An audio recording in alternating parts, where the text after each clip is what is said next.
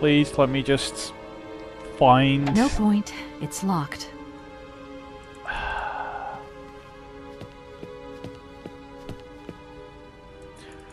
Right, well... This proved to be helpful. Definitely. I don't think the library led to anywhere else, so... That would mean that... There essentially has to be something on the right side here. Oh, a person. He looks different, so he probably talk. Excuse me. Sir? Please, just a moment. Yes, what is it? I'm not deaf, you know. I am sorry to disturb you in your work, sir, but... This young Mammothus primigenius is barely 40,000 years old. Fantastic, wouldn't you say, miss? Yes. Probably. What do you mean, probably? I don't know. You don't know? Oh, you don't know, I see. What can I do for you, my dear child? Bird? What? We're gonna ask him to shoo away some parrots, is that it? Let's introduce ourselves first, right? To tell you the truth, I don't know very much about mammoths, and I'm not here as a student. In fact, I'm a lawyer. It's all right. Nobody is perfect. All the same, the study of the Pleistocene period is fascinating. I'm sure it is, but I'm sorry to say my current mission is totally monopolizing my time. Another time, maybe. Ah, that's what they all say. But anyway, let me present myself. I'm Cornelius Ponce, Emeritus Professor and Lecturer at the University of Barhochstadt. I'm proud to say that I'm head of the Department of Paleozoology at our university. Kate Walker. Pleased to meet you. Right, that took a while. It wasn't really my intention to stop off here, but I'll confess, this university is really very impressive. Ah, indeed. There's such a tradition of learning here. And so much knowledge, a real depth of culture, intelligence, and gray matter. I myself did my studies here and never left. Actually, I'm here because I've been summoned by the rectors of the university. Oh, I see. You must have made a mistake on your enrollment form. Oh, no. I haven't come here to study. I have an important matter of inheritance to attend to. I have to find the heir. And you hope you will find him here? I'm not altogether sure. But you see, my train broke down coming into Barhochstadt Station. In that case, my dear, you must come to one of my lectures. Here's a question for you. Do you know what the Proboscidean order is? The Probowhatian? Ah, you see. There are gaps in your knowledge that need refreshing. Refreshing? Refreshing would actually mean that the knowledge was there in the first place. Weird guy. I feel I've lost my way a little here. I could really do with your help. Oh, my dear child, you've chosen your moment. I absolutely must finish off my lecture for this afternoon. It's a lecture about mammoths? Oh, yes and no. More specifically, it is about their migration. Do excuse me, I need to concentrate. Okay. Well, he's not going to know anything about Hans, is he? To tell you the truth, I'm looking for Mr. Hans Vorarlberg. He's the sole heir of a very unusual factory. My company is in charge of negotiations for the takeover of this factory. At last word, he was living in Syberia. So, as soon as my train is ready, I'll be continuing my journey eastwards. Syberia. Ah, Syberia. But what was it you said again? Said what? You mentioned a name. The person you are looking for. Vorarlberg.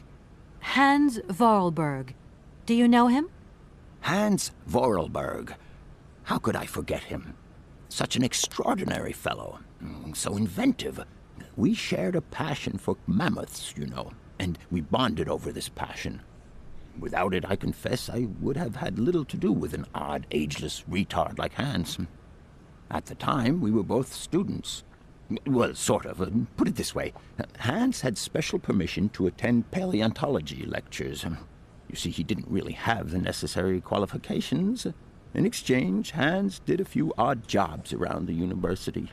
Your Hans Vorarlberg sounds uncannily like the one I'm looking for. I'm not sure, my dear. Hans was above all questions of money and business. Just to imagine him running a factory, perish the thought. Can you tell me a little bit more about him? He was always a mystery to me. He never said very much, and never quite seemed to grasp what you said to him. He expressed himself instead through his incredible mechanical contraptions. His inventions, I admit, have been much appreciated by the university. The few times we really did talk, it was about his strange interest for mammoths and a doll. Some sort of doll that obsessed him. A doll, you say? Yes, he kept talking about it. One day he described it to me. A sort of children's toy. A miniature mammoth mounted by a mout. It appears he found it in a cave not far from his home. The event all sounds very dramatic. His account was slightly confused, but it awoke a great interest in me. What do you mean? To my knowledge, there was only one tribe who made figurines featuring a mout, and that tribe is the Yukols. They live in the farthest reaches of Syberia, and for them, the dolls constituted a sacred object, illustrating one of their central legends. How such a doll made the journey from the frozen Siberian north to a cave in the French Alps is a mystery to me. Even today, it is beyond my comprehension. Have you considered that Hans Vorarlberg was maybe making it up? You said yourself he didn't seem to have all his mental facilities intact. No, that's impossible. Hans couldn't invent the story like that. The doll is a sacred part of the Syberia legend. He described it to me in exact detail. Syberia itself is a chimera that paleontologists of the world are very fond of pursuing. Alright. Arriving in Barrackstadt is an amazing experience. I've never seen such a station. You came by train? Yes, in a kind of clockwork train with a spring mechanism that winds down regularly. You mean you drive a train? Young ladies of today never cease to amaze me. Oh, no, I'm not the engineer.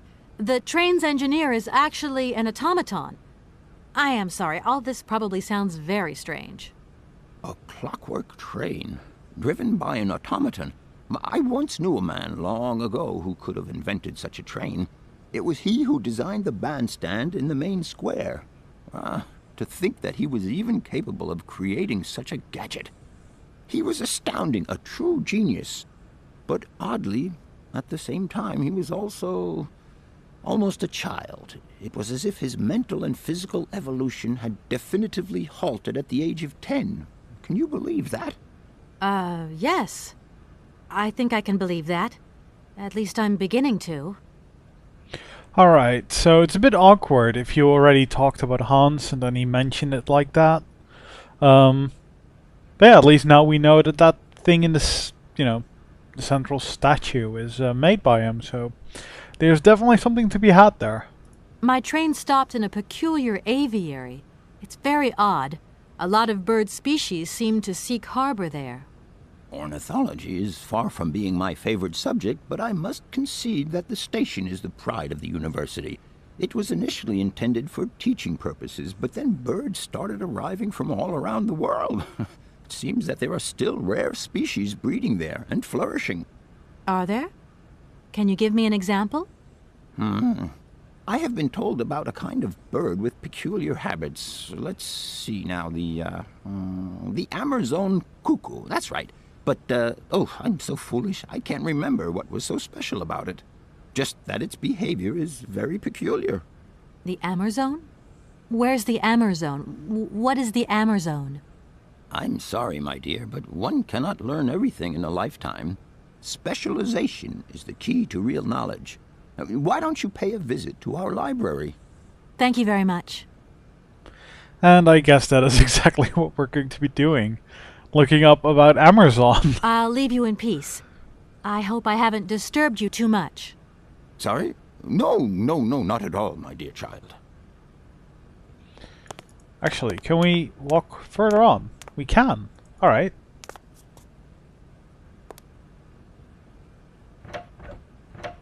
No point. It's locked. Great. Funny, you can actually talk to him from that screen as well. Must be one of the very few times you can access someone or something from 2 different screens. So that's, you can't go up there. Going up there brings you to a lecture hall. Is there anything else? Ooh, there is.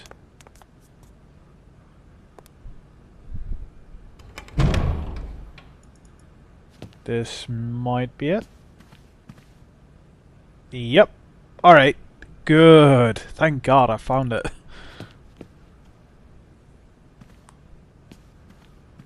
Good day to you, gentlemen. Tell me, young lady, to what do we owe this pleasure? Please do be brief. We do not have very much time on our hands.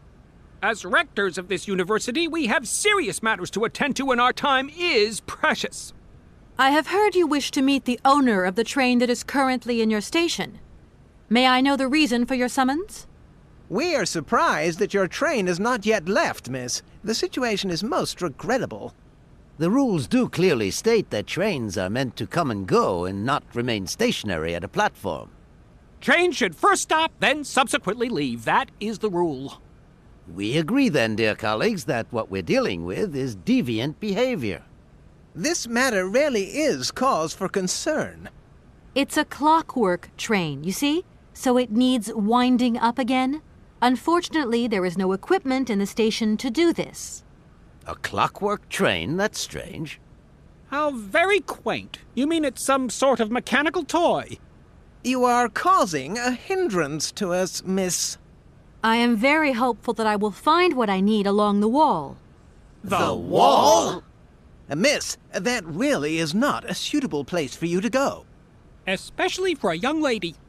You see, miss, we freely admit that every day we praise the existence of that particular edifice. We owe the integrity of our dear university and the fine education it provides to the wall. It protects us from harm and invasion from the unknown. May God protect us from what is beyond those ramparts, miss. Please believe me. I don't have any choice. I must continue my journey. Such a decision is a correct one since it's in line with regulations. Thus, your train will indeed be able to leave. And consequently cease to obstruct our station. I got nothing. I got nothing. I haven't introduced myself. My name is Kate Walker. Walker, haven't we already had a Miss Walker? Ethnology Masters, September 1953, if my memory serves me correctly. Perfectly well, my dear colleague. But if I may be so bold, it was a Mr. Walker and not a Miss. It was Bill Walker, sat this June 68 exams. The impudent fool turned up for the oral assessment in jeans, flouting strict internal regulations which explicitly state the required uniform for the occasion. Pure incitement. It was scandalous. Sadly, we have seen worse since. Young people lack all respect of traditional values. Tradition, young lady. One must always uphold tradition. Why are you lecturing her? I mean, what? Really? Why? You see, I didn't actually intend to stop here, but the springs of my train gave up, you see? No, not really. You mean to say you're not a student? You have arrived a little late in the term, miss. Enrollment for this year has already terminated. But as rectors of this university, and therefore representatives of its highest authority, we could bend the rules a little, if you like. You don't understand. I'm a lawyer from New York, or rather Valladolid more precisely. My client wants to buy out an old mechanical toy factory, but its heir isn't actually dead and is living somewhere in Syberia. I've got to get to him to sign the sales contract. You see? Not really. This is a most peculiar tale. A kerfuffle of the highest order. We have an excellent law school, if you should ever change your mind. I kind of doubt that. I don't think, you know, you guys could really